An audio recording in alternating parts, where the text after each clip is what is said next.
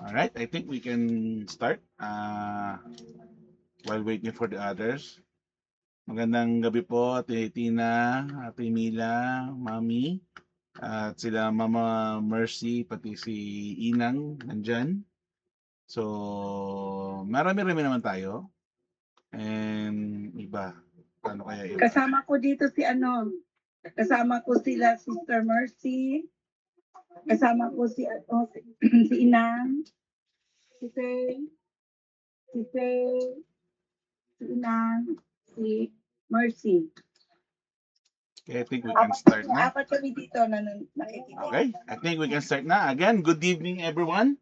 Magandang gabi po sa ating lahat. I'm glad you're here this evening despite the busyness ng ating mga schedule. We can still have time to give glory to the Lord in spirit and in truth, lalo na sa ating mga ministry sa Light of the Mountain Church of the Nazarene.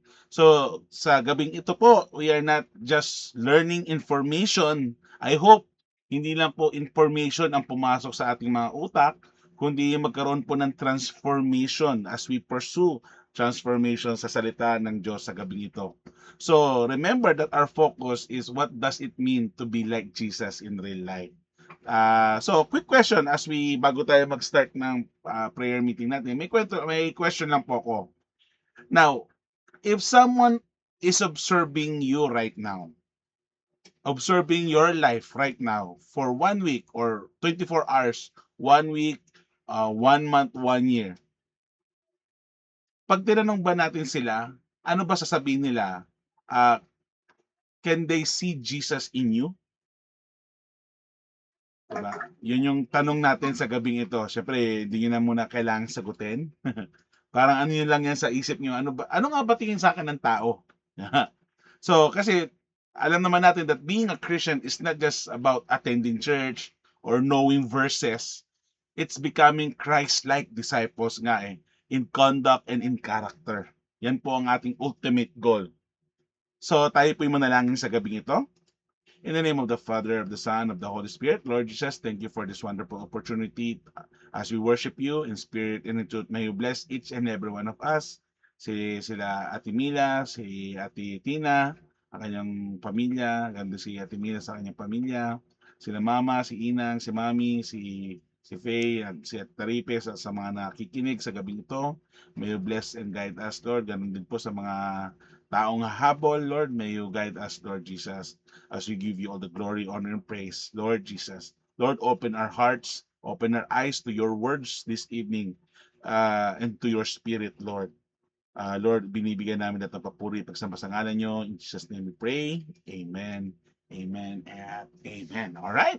Again, welcome to Light of the Mountain Church of the Nazarene this Wednesday night prayer meeting, April 22, 2026. So, ang topic po natin this evening is to be like Jesus, or to be like Jesus. At makikita po natin ating Bible verse sa Philippians chapter 2 verse 5. Philippians chapter 2 verse 5.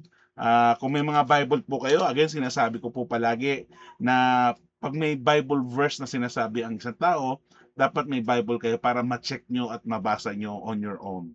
So sabi nga sa Philippians 2:5, in your relationship with one another, have the same mindset as Christ Jesus. So meron tayong 3 points na gustong i-share sa gabing ito. First point po natin is observe. Sunod po is yung interpret and yung application. So parang points na pwede natin pagbulay-bulayan sa gabing ito. Now, the key verse kasi dito sa point number 1 po natin is observe Jesus as an example. Sabi nga sa Philippians 6:6-8, Jesus humbled himself. Sabi sa John 13:14-15, Jesus washed the disciples' feet. Mark 10:45, he came to serve, not to be served. That is what to be Christ-like. Yung humility, hindi porket may position ka, may authority ka, may power ka, kala mo na kung sino ka na mag-power trip. Kung hindi, ang ating leadership style palagi is to be Christ-like or servanthood or servant leadership. We should be humble. Hindi porket mayaman ka, may magaling ka, or meron kang authority, position, may pera ka, is pwede ka nang umasta ng sino ka. No. In fact, kung meron kang ganyan, dapat ikaw yung maging humble. Diba? Sabi naman sa John 13:14-15, Jesus washed the disciples' feet. In short, hindi porket leader ka, hindi ka na nadudumihan ng kamay. In all honesty, as leaders, tayo pa yung maraming maduduming kamay. Bakit ko sinabi yun? Ang pastor po, hindi porket pastor na siya, hindi na siya pwede maglinis ng simbahan. Hindi porket pastor ka na, hindi ka na pwedeng bumaba sa level ng members mo. To be honest, dapat tayo bilang mga pastor, bilang mga leaders, bilang may mga meron ng relationship sa Panginoon, kaya nating ibaba ang ating sarili upang makatulong at magkaroon ng koneksyon sa mga tao. So, ang ibig sabihin po nun is yung nga, naglilinis, naghuhugas, nagwawalis, nagdidilig, naglalakad. Hindi po bawas sa kapugian ng isang disipulo ng Panginoon ang mga ganong bagay. In fact, yun nga po yung maganda nakikita, diba? A leader that is nakikita ng mga members, yung leader is gumagawa ng action or nakikita nila ng mga kahit na pastor naglilinis kasi minsan 'di ba pastor hindi na naglilinis. Ang pastor hindi na nagwawalis o ano. Pero syempre medyo illustrative na lang to pero ang ibig ko lang po sabihin dito is nadudumihan pa rin yung mga kamay natin bilang isang leader. Hindi porket leader na tayo, nakaupo na lang tayo, nagmamando ng mga gagawin ng tao. Kung hindi dapat tayo mismo yung nauuna nagbibigay ng example. Kaya nga, Jesus as the example. Sabi naman sa Mark 10:45, He came to serve, not to be served. Pumunta si Jesus Christ dito, hindi siya bumaba na naka-chariot, bumaba siya sa mundong ito na bilang isang sanggol. Sa manger pa siya pinanganak, di ba? Sa manger. Tapos ang daming pinagdaanan. Ibig sabihin nun, He came here to serve, not to serve, but to serve, not to be served, but to serve others. Ganun po dapat tayo bilang mga taga-sunod o disipulo ng Panginoon. We serve others. Hindi porket ulitin ko lang, hindi porket may posisyon ka, pastor ka, hindi ka na marunong mag-serve. Dapat nga tayo pa yung nagbibigay ng serve. Because in the ministry, yan yung sinatawag nating sacrificial services. So, what can we observe do sa mga sinabi ko? Remember, Jesus had power. Meron siyang power, may authority siya, meron siyang kakayanan. Pero imagine mo, si Jesus Christ himself, meron siyang authority, may power siya, pero he choose humility over his position. He had authority, yet he lived in service. Pwede niya sabihin, ikaw, John, ikaw, Peter, ikaw, James, pumunta ka doon, ito gawin mo. Hindi. Sinamahan ni Jesus yung mga disipulo, pinakita nila, tinuruan niya, naramdaman nila lahat ng mga nararamdaman ng Panginoon upang sila ituruan mano-mano. He had glory, yet he embraced sacrifice. Diba? Wow! Ang galing ng Panginoon natin. Pwede naman niyang hindi gawin niyo pero He chose to die on the cross so that on the third day He can rose again and we can be saved. Imagine niyo dito, para siyang isang CEO, cleaning the office CR, comfort room. Siya mismo, CEO, naglilinis ng CR. People would say siguro, what are you doing, sir? Ba't ikaw naglilinis ng CR? Ikaw may-ari ng kumpanya. Pwede naman mag-hire ka na lang ng ibang tao para maglinis niyan. Pero remember, ganun ang ginawa ng Panginoon. He lowered himself to lift others. Siya yung CEO. Pero pumunta siya sa CR, nilinisan niya yung CR. Nag-guess niyo po ba yung illustration na yun? Is lalim, napakabigat na yung anak ng Panginoon, ang anak ng Panginoon natin, bumaba sa lupa upang tayo ay iligtas, mahalin, tanggapin at patawarin. Wow! ganun ang example na ipinapakita ng Panginoon sa atin. Hindi lang sa service, hindi lang sa pag-worship sa Kanya, kundi sa love. Because John 3:16, for God so loved the world that he gave his only begotten Son, that who shall ever believe in him shall not perish but have everlasting life. Now, I want to give you a quote. Jesus didn't just teach love, but he demonstrate it. Because nga, naging example siya. Kasi point number one natin? Point number one natin is, as we observe, is Jesus as the example. Now, what truth can we bring out dito sa sinasabi natin? If we want to be like Jesus Christ, we must study not only His Word, but His life. In short, practice what you preach. Walk the talk. Yung binabasa mo sa Biblia, ipamuhay mo. Because ang knowledge na hindi mo pinapractice is still knowledge unless your knowledge is in-execute mo, nagkaroon ng practical application na giging wisdom. Diba? Point number 2, as we interpret, is what it means. Ano ba ibig sabihin ngayon yung naobserbahan natin as Jesus the example? Makikita natin sa mga verses like Romans 12:2, Galatians 2:20, 1 Corinthians 11:1. Ang ibig sabihin nun sa Romans is to be transformed by renewing your mind. Sa Galatians, Christ lives in me. 1 Corinthians is imitate Christ. As Christian, as disciples of the Lord, we imitate Christ. To be Christ-like nga po. Maging katulad tayo ng Panginoon. Paano siya nagsalita, paano siya kumilos, paano siya mag-isip, paano siya magmahal, paano siya magdasal, paano siya kumain, paano siya tumulong, paano siya magpatawad, paano siya... lahat ng bagay kung paano alamin natin. Pero syempre, hindi natin maiintindihan yun pag hindi natin binasa ang salita niya. At di natin tiningnan yung testimony na meron siya. Because as disciples of Jesus, tayo nga tinatawag natin is ambassadors of Christ, is ang testimony natin ang tinitingnan ng ibang tao. Pag sinabi mong Christian ka pero nagyoyosit, umiinom ka ng alak, totoo bang Kristiyano ka? Kung sinabi mong Christian ka pero nanonood ka ng pornography, nagmumura ka, nagpapatato ka, masasabi mo talagang you follow Christ? Sasabihin mong Christian ka, pupunta ka sa church kasi wala lang, nandun yung crush ko, nandun yung kaibigan ko, magmi-ministry ka, magpe-praise and worship ka, tas out of performance na lang, wala yung worship dun. So masasabi mo ba talaga na Christian ka? O nakikristiyan-kristiyanan ka lang? Remember mga kapatid, sinabi rin sa Bible, not all who calls me Lord, Lord will be saved. So, ano interpretation natin ngayon? To be like Jesus, it means yung mindset natin. Maalala nyo yung topic natin last Sunday? Diba? Meron to joy mindset. Ibahin natin yung mindset natin. Ang mindset dapat natin is we think like Him.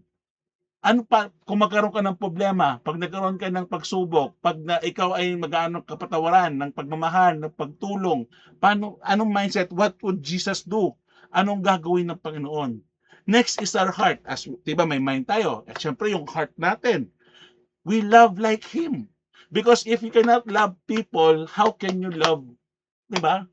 Sabi nga sa Bible is, those who does not know how to love does not know God because God is love. So we must love like Jesus. Mahirap, yes. Wala namang madali. Ulit ko sinasabi to, as we follow Jesus, it's never easy. But it will always be worth it. Next is yung action. We respond like Jesus. Mindset, we think like Jesus. Heart, we love like Jesus. And yung action, we respond like Jesus. Kung nagkaroon ka ng problema, paano mo siya ihaharapin? Sabi nga doon sa topic natin last Sunday nung ako nag-preach. Sabi sa James 1:2-5, consider it pure joy, my brothers and sisters, if you face trials of many kind, because you know the testing of your faith develops perseverance, and perseverance must finish its work, so you may be complete and not lacking of anything. And if you lack wisdom, you should ask God, who gives generously without finding fault. Consider it pure joy. As we respond sa mga problema, pagsubok, hindi ko naman sinabi na para kang baliw na magsasaya ng pag may problema ka. Kung hindi, maalala mo na ang problema mo ay maliit lang compare sa ating Panginoon na malaki. It's not behavior modification, brothers and sisters in Christ. It is inner transformation. Ang ibig po sabihin natin doon is from the old has gone and the new has come. Wala na yung luma, bago na to. But yes, kahit na sabihin natin bago na ito, the old has gone and the new has come, magkakaproblema ka pa rin, magkakaroon ka pa rin ng pagsubok, iiyak ka pa rin, marami pa rin sacrifices. But because renewed ka na at you believe that Jesus Christ is your Lord and Savior, kahit may problema ka, kahit may pinagdadaanan ka, kahit na may pagsubok ka na naiiyak ka na at you want to give up, you will not give up because you know that the testing of our faith produce perseverance as we give faith and trust to the Lord, because we know that whatever happens into this world, God is bigger than our problems. Malaki yun i-unpack. Malaki i-unpack yun. Masyadong malalim yun. Pero hindi mo maiintindihan yon pag hindi mo naranasan ang Panginoon. As long as hindi mo na-experience si Jesus, hindi mo pa siya nakikilala, hindi mo maiintindihan yon. But that's the good news. God is open 24/7. Tayo lang ang kailangan lumapit sa Kanya. Imagine niyo to, it's like a mirror reflects what is in front of you. If Jesus is in your life should reflect Him. In short, ang buhay mo, kaya nga testimony, ang buhay mo, pag tiningnan ka ng ibang tao, makikita sa'yo na Kristiyano yun. Yun dapat ang nakikita nila. Now, alam nyo ba yung ibig sabihin WWJD? Diba? What would Jesus do? Minsan kasi ang nangyayari, what would I do? Tapos bahala na si Lord. Tinatawag natin ito, bahala na si Batman. Diba? Now, Christ-likeness is not perfection, but direction. Being like Jesus is a daily surrender, not a one-time decision. Kaya nga, to carry your cross daily. Araw-araw mo bibit-bitin yung cross na yon para maalala mo kung ano ang ginawa ng Panginoon para sa iyo at para sa akin. Namatay siya, but on the third day, He rose again, conquering death, conquering sin, and conquering the grave. Ibig sabihin po noon, mga kapatid, ang ating Panginoon na sinasamba ay mas malawak, mas makapangyarihan at mas malaki kaysa sa kamatayan, kasalanan at ng kabaong. Kaya magpuri ka doon. May Panginoon kang sinasamba na totoo, tapat, noon, ngayon at pagpakailanman. May sinasamba kang Diyos na makapangyarihan. May sinasamba kang Diyos na mahal ka at importante ka sa Kanya. So, bakit ka magiging half-hearted pag ikaw ay nagpupuri sa Kanya? We should give our best. Sabi nga, I give my best, but my best isn't good enough. Kasi, hindi mo nabigay ang best mo. Kasi in the first place, hindi mo talaga gusto ibigay ang best mo. Kasi kung gusto mo, maraming paraan. Kung ayaw mo, maraming dahilan. Ay, ayako na muna mag-church. Tinamaan ako sa sermon ni pastor eh. Ay, ayako muna mag-church. Ayako nung pastor dun eh. Those are justification ng kasalanan. Again, remember that you're not going to church because of a specific person. You're going to church because you love God. You want to honor God. You want to glorify God. Kahit nasaan ka man simbahan, it's not the denomination. It's not the physical room kung saan ka dapat, but kung ano yung nasa puso mo. Kasi kahit nasaan ka, kung hindi align ang puso mo sa puso ng Panginoon, kahit saan ka magsamba, hindi ka mag-grow. Mapa-Baptist man yan, mapa-Iglesia man yan, mapa-Catholic man yan, mapa-Adventist man yan, mapa-Victory, CCF, GCF, Nazarene man yan, kahit nasaan ka doon, hindi ka mag-grow pag hindi align ang puso mo sa puso ng Panginoon. Kaya wag mong sasabihin, kasi aya ako sa pastor doon, pangit yung pastor doon eh. Hindi. Tandaan natin, we are worshiping the Lord, not the person, not the people. Kaya nga to be Christ-like is very hard, but very important na malagpasan natin at maintindihan natin kung ano talaga ang dapat natin gawin bilang isang Kristiyano. Because it is a daily surrender. Araw-araw mo isosurrender yung buhay mo. Bakit ko sinabing araw-araw? Kasi minsan nakakalimutan natin, di ba? May kanta tayo, Jesus, take the wheel, take it from my hand. Pero pag nagkaroon ka ng problema, ay, akin na muna to, Lord. Hindi. Kailangan malaging maalala, Lord, ang buhay ko para sa'yo. Ipaalala mo palagi sa akin kung minsan kinukuha ko ulit yung manibela ng buhay ko. It is not a one-time decision. It's a daily surrender. Surrender. Anong ibig sabihin ng surrender? May pain yun. Hindi, walang surrender na masaya. Oy, ibibigay ko yung pera ko, buong sahod ko sa asawa ko. May pain kaya yun. May surrender yun, may pain. Hindi ako maniniwala na masaya ako binigay ko buong sahod ko sa asawa. Hindi ako maniniwala yun. Hindi totoo yun. Plastic yun. Pero may surrender. Kaya nga, importante. Di ba? Kaya yung gastos, yung pagkuha ng pera, yung ano is, ano yan, medyo, kailangan ko po muna magtrabaho ng maayos para ma-provide ko sa asawa, sa pamilya ko. O dapat yung gastos natin ganito lang, di tayo gagastos ng sobra-sobra, bla bla bla. Di ba mga ganun? Hindi lang yun sa pag-gym, sa kung may hobby ka, may sports ka, may surrender yan, may sacrifice palagi yan. Hindi ka gagaling sa taekwondo kung isang beses ka lang nagpa-practice sa isang linggo, tama? Hindi ka tatalino kung isang beses ka lang mag-review sa exam. It's a constant, daily, consistent surrender. Last but not the least is the point number 3 is the application to live it out, yung testimony na natin. So meron tayong mga verse like Luke 9:23, deny yourself, follow Him daily. John 15:5, which is abide in Christ, to be yung vine. 2 Corinthians 3:18, being transformed into His image. Now, application is an action word. Ibig sabihin nun, mga kapatid, meron kang ginagawa. May action ka. Meron kang movement, which is you execute what you understand and observe sa buhay mo. Kasi kung napunta ka sa simbahan, nakinig ka, naintindihan mo, pero hindi mo in-apply, that is useless as you were there not listening, not understanding. Naintindihan niyo po ba ako, kapatid? Ulitin ko lang. Naintindihan mo, you observe, you understand, but you did not apply, parehas lang yung uselessness na yan na hindi ka nakinig, di mo naintindihan. Kasi in the end of the day, at the end of the crossroad, hindi mo pa rin in-apply yung naintindihan, narinig, natutunan mo. So wala lang rin. Now, abide daily. Stay connected. Consistent. Brothers and sisters in Christ. Pakiusap ko sa inyo to read your Bible daily and pray to the Lord daily. Araw-araw yan. Hindi po yan once a week, once a month, once a year.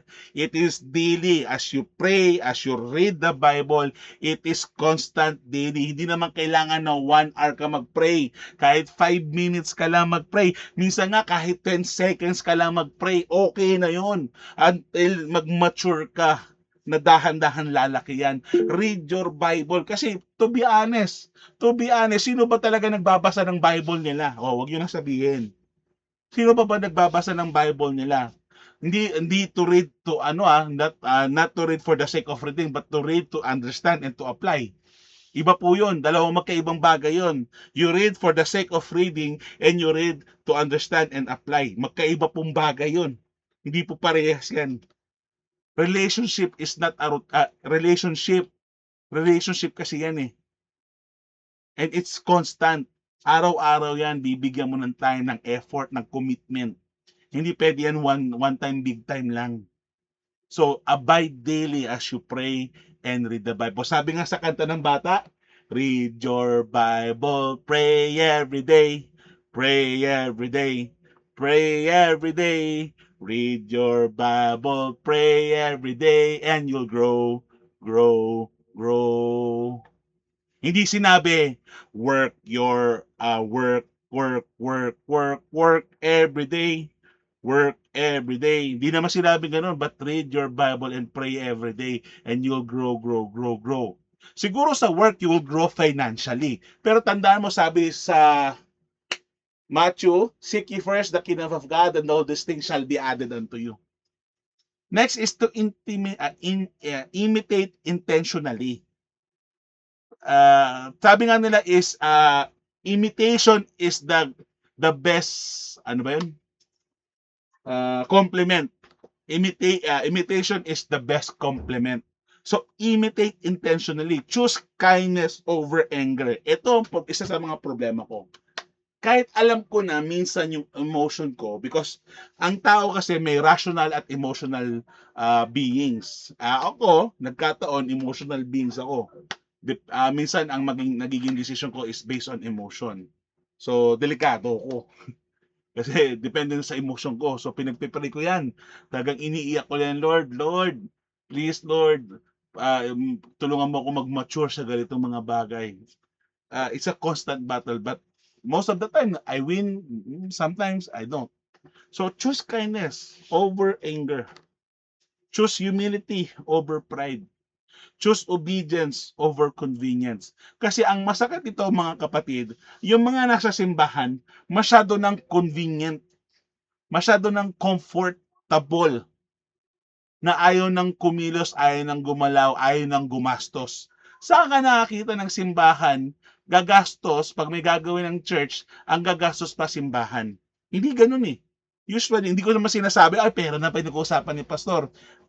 Please, wag niyo po sanang yun ang inibig ko pong sabihin dito is ang church kasi is a medium para makabless ng tao. So, syempre, paano tayo makakabless ng tao? By giving service, giving to the poor, helping them sa food, financial, etc. etc. Paano kung walang gumagalaw, walang kumikilos, si pastor lang ang kumikilos? Patay na. So, ano mangyayari sa simbahan? Paano pag namatay si pastor? Paano pag nawala ang pastor? Di mamamatay din yung simbahan kasi si pastor lang kumikilos lahat. Diba? So, ang ibig ko pong sabihin dito, mga kapatid, is lahat po tayo dapat nagtutulungan sa simbahan.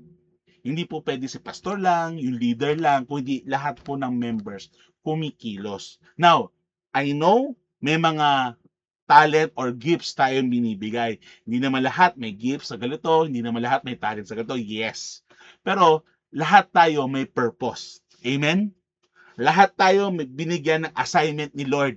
Amen?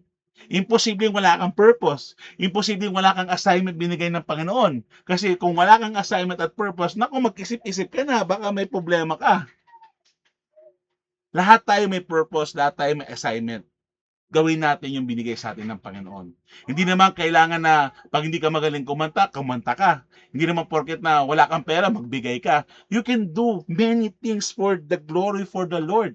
Sabi nga nila, there are so many ways to skin a cat. Next is allow transformation. It will be hard kasi nga pruning yun eh. Let God correct you if needed or rebuke you if needed. Let God shape your character. Masakit yun because most of the time tinatanggal ng Panginoon yung mga hindi dapat, yung mga extra, yung hindi karapat-dapat, yung mga weeds and thorn para mag-bloom ka at maging fruitful. Ano yung weeds? Ano yung thorn? Those are sins. Those are anger. Those are pride. Those are jealousy. Those are yung mga bagay na hindi ka nais-nais sa Panginoon. Tinatanggal ng Panginoon yan at masakit yon, mga kapatid. But let God correct and rebuke you if needed. Let God shape your character. Kasi nga, to be Christ-like nga eh. We can never bless others and kung mukha natin, parang politiko. Ano tayong politician? Diba, madalas tumutulong ang mga politician, mukha nila nakalagay. Hindi naman nila pera yon. Pera ng taong bayan yun. Ganon din sa faith natin. Hindi dapat tayong nakikita ng tao pag tayo ay nagsasamba. Hindi dapat tayong nakikita pag tayo ay nag-worship. Hindi tayo dapat pag tumutulong tayo. Kundi dapat pag nakita nila tumulong tayo, nandun tayo sa entablado, nagpa-pray, nagme-message, kumakanta, ang nakikita dapat ng tao ang Panginoon, hindi tayo. Kailangan natin itaas ang Panginoon at ibaba natin ating sarili. Parang ganito. Parang, alam nyo, may idea kayo sa pottery. Diba? I am the clay, you are the potter. So, like a clay in a potter's hand, it doesn't shape itself. It allows the potter to form him. Kailangan i-guide ng potter yung clay para ma-mold niya kung sa mga final product. And remember, you are loved, you are important. The more time you spend with Jesus is the more time you be like Him. Sabi nga nila, diba, tell me who are your friends and I'll tell you who you are. Kung ang mga kaibigan mo is mga chismoso-chismosa, most likely, chismoso-chismosa ka rin.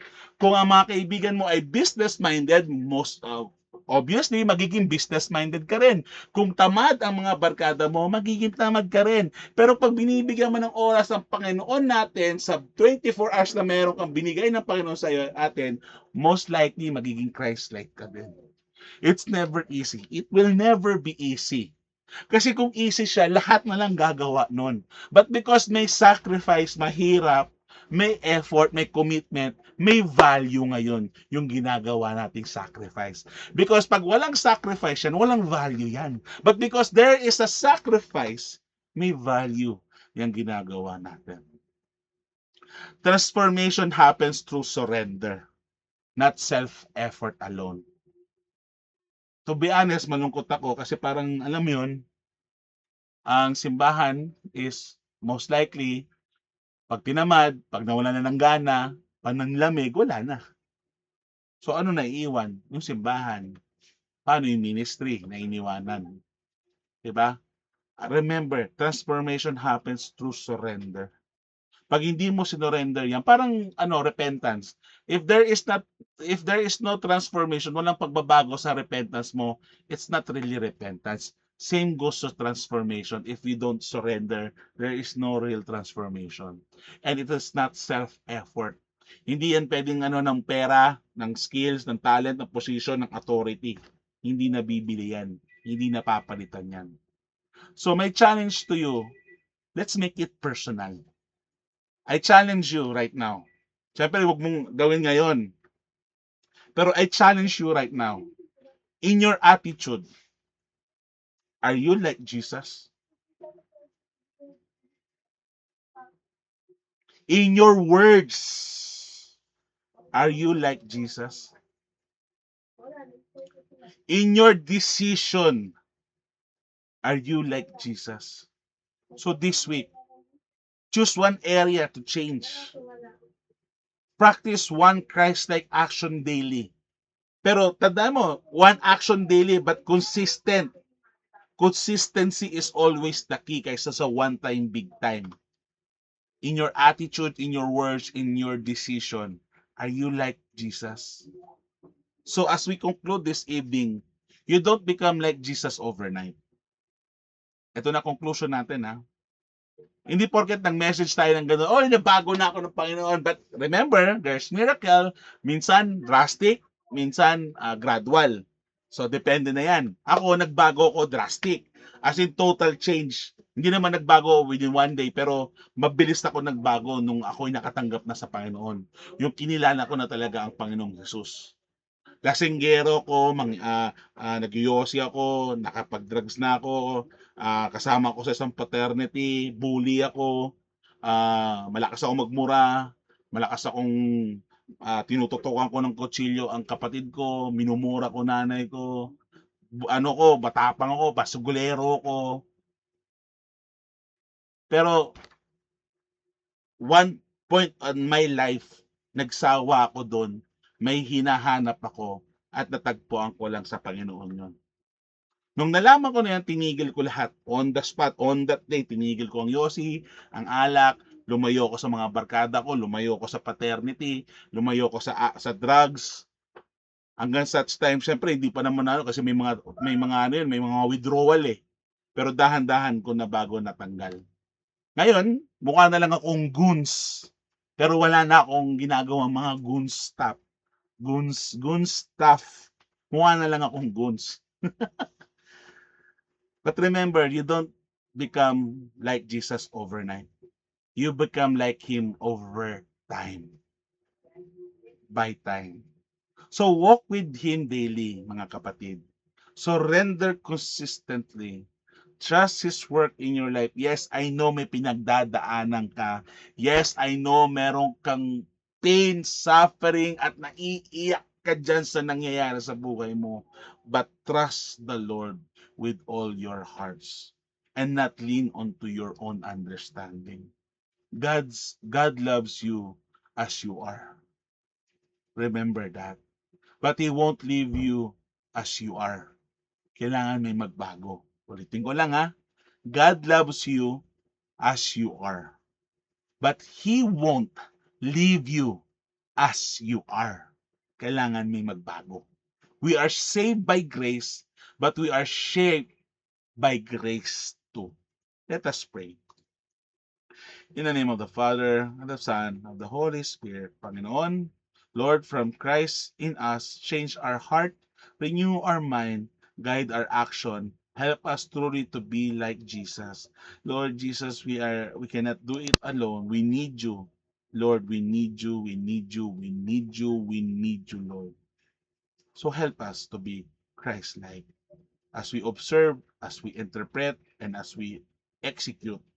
Lord, tulungan nyo kami sa isip, sa gawa namin na maging katulad nyo kami, Panginoon. Maging Christ-like kami ng mga disipulo. We love you, Lord. In Jesus' name we pray. Amen, amen, and amen. So, final takeaway. Alalahanin nyo na to. Siguro makalimutan nyo na lahat. Wag lang to. Know Jesus, follow Jesus, and be like Jesus. At dyan po nagtatapos ang ating mensahe sa gabing ito. I hope and pray that you are motivated, encouraged, and challenged, and if needed, have been rebuked out of love, so that you may align your will to the will of the Father, of the Son, of the Holy Spirit. I believe that prayer is important, prayer is relevant, prayer is powerful, and prayer works. So God bless you po at magandang gabi po sa ating lahat. Tayo po ngayon dadako sa mga prayer requests. So please, paki-type po ko ng inyong mga prayer requests sa chat para po mapag-pray po natin ang mga yan. At sayang lang kasi po wala po yung iba, hindi natin nakasama ang iba nating mga kasamahan sa prayer meeting. So sayang, but sa mga nandito po, please paki-chat po ako ng inyong mga prayer request sa gabing ito.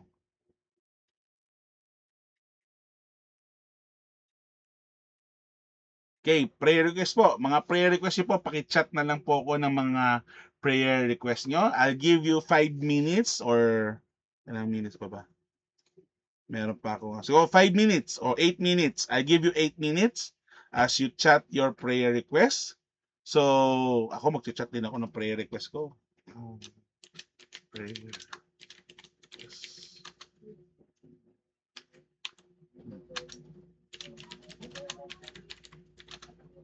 Full healing.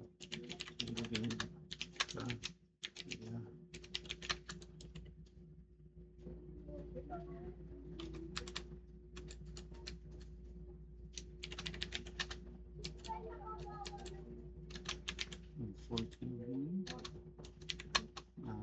sa sports. Safety.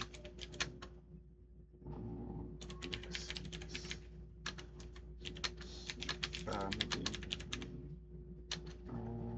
Financial and protection and provision.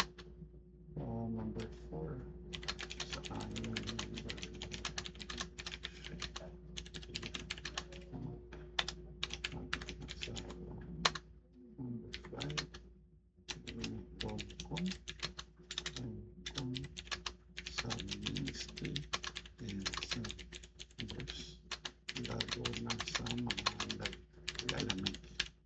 Alright, sige. Alright.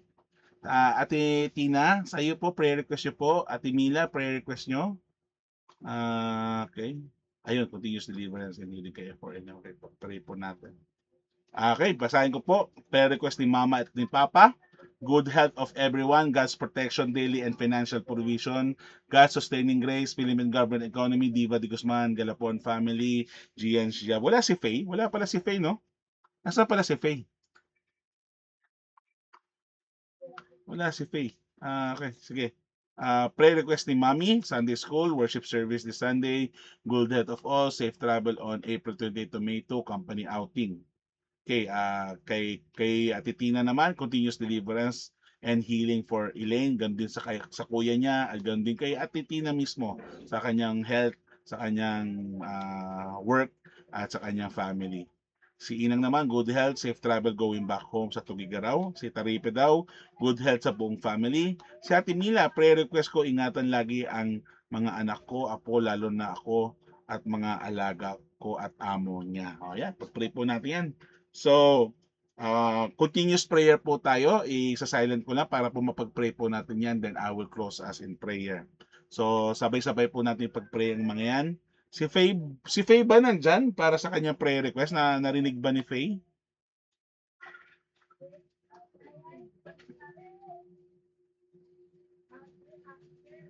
Okay, sige. Tayo po yung manalangin sa gabi ito. I'll give you time to pray. Then I'll close us in prayer. So pag-pray po natin ang mga prayer request na nandiyan sa chat. As we pray for one another and for each other, then I'll close us in prayer. So tayo po yung manalangin. In the name of the Father, of the Son, of the Holy Spirit, Lord Jesus, hear our prayer this evening. Hallelujah, hallelujah, hallelujah, Panginoon Jesus. Lord, sa gabi ito, pinupuri ka namin, pinapasalamatan, Panginoon. Gabayan niyo po kami sa mga ginagawa namin, Panginoon, sa aming buhay, trabaho, sa ministry, sa family. Lord, we are praying for Mama's prayer request for good health of everyone, God's protection, daily and financial provision, God's sustaining grace sa Philippine government, Diva de Guzman and Galapon family, and kay Gian's job, Panginoon. We also pray for Mommy's prayer request for Sunday school, worship service this Sunday, good health of all, safe travel on April 28, May 2 para sa company outing. Ang prayer request ni Ate Moratina, continuous deliverance, healing for Elaine sa kuya niya, ganun kay Ate Tina, Panginoon. Kay Ingat, Lord, for good health, safe travel and going back home. Kay Taripe, good health sa buong family. Kay Ate Mila, prayer request, ingatan ang kanyang anak, apo, mga alaga at amo. Sa akin, Lord, I pray for good health, full healing sa sciatica, sa sports ni Andre, safety and blessing, sa family namin, financial protection and provision, sa aming dalawa ni Faye bilang mag-asawa, sa Light of the Mountain Church of Nazarene, sa mga musicians, sa mga members na sa Manila namin, ganun din, Panginoon, sa speaking, engage, engagement ko Sunday, third, sa DVVS na ICF 3 p.m. Nabayan niyo po kung ano yung susunod na nagpapabayaan ba, or tulungan niyo kami at huwag niyo nagpapabayaan natin. Hallelujah, Jesus. Dakilang Ama, maraming salamat sa gabing ito. Thank you, Lord, sa blessings na pinagkaloob nyo. Lord, narinig nyo ang aming mga panalangin, ang aming mga request. Lord, hear our prayers, Lord my God. Lord, maraming wala ngayon, maraming wala dito, but Lord, we pray that you may guide and bless each and every one of us, sa mga members, sa mga guests, sa mga leaders, sa mga pastors. Panginoong Isus, gabayan niyo po kami at huwag niyo kami pababayaan, Panginoon. Tulungan niyo kami, Ama, na manatili sa inyo, sa aming faith, sa aming trust, as we obey and commit our life to you, Lord, as we give everything to you because ikaw ay worth na pagbigyan ng panalangin at papuri, Panginoon Isus. Sa gabing ito po, may mga prayer request kami, Panginoon Isus, sa kailangan kay Mama, for good health of everyone, God's protection, daily financial provision, God's sustaining grace, sa government, sa Diva de Guzman, Galapon family, ganun sa trabaho ni Gian, kay Mami, sa Sunday school worship service this Sunday, good health of everyone, safe travel sa company outing, kay Ate Tina, for continuous deliverance, healing for Elaine, sa kapatid niya, kay Ate Tina mismo, sa kanyang work, sa kanyang family, Panginoong Isus, kay Inang for good health, safe travels going back home sa Tugigaraw, kay Taripe for good health sa buong family, kay Ate Mila sa kanyang ingatan ng kanyang mga anak, apo, lalo na kanyang mga alaga at amo, sa akin, Lord my God, for full healing, good health, full healing sa sciatica, sa sports ni Andre na siya yung laging safe, at blessing sa kanya, sa family namin as sa financial protection and provision, sa aming dalawa ni Faye, sa church, sa ministry, sa members, lalo sa mga nanglalamig na mga members, Panginoong Isus. Ganun din po sa aking speaking engagement this coming Sunday sa ICF. Lord, gabayan niyo po ang bawat isa sa amin at bigyan niyo kami ng kalakasan na gagaling sa inyo. Lord, hindi namin kakayanin ito ng kami-kami lang. We need you, Lord Jesus.